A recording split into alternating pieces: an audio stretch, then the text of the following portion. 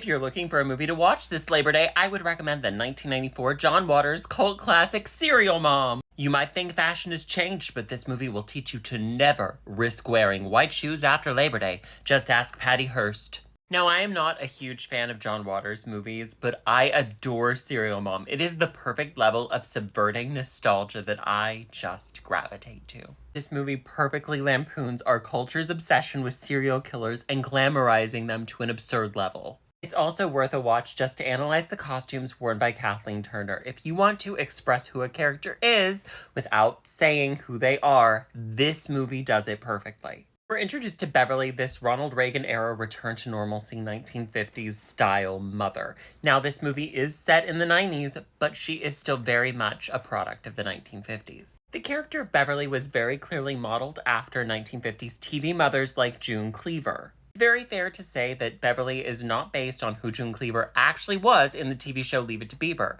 but more of the cultural misrepresentation and Mandela effect that has occurred.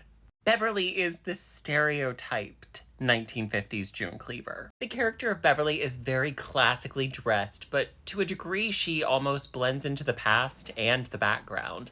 I love that we're introduced to her in this green gingham romper that matches the curtains.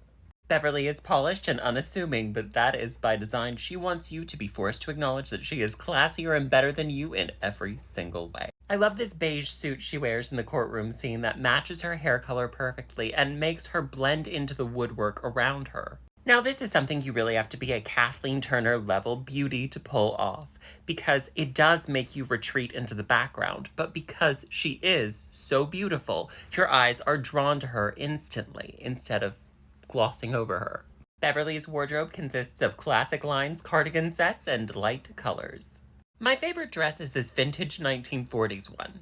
It exudes the stereotypical, almost Halloween costume black and white 1950s dress that we've come to expect from 1950s housewives.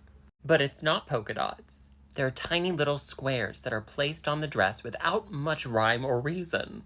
Having the dress be squares instead of polka dots is perfect for the character Beverly. She wants to exude the past, but she has all of these underlying hard edges. And the sporadic nature of the pattern is perfect. While she wants to exude order, she is not very orderly.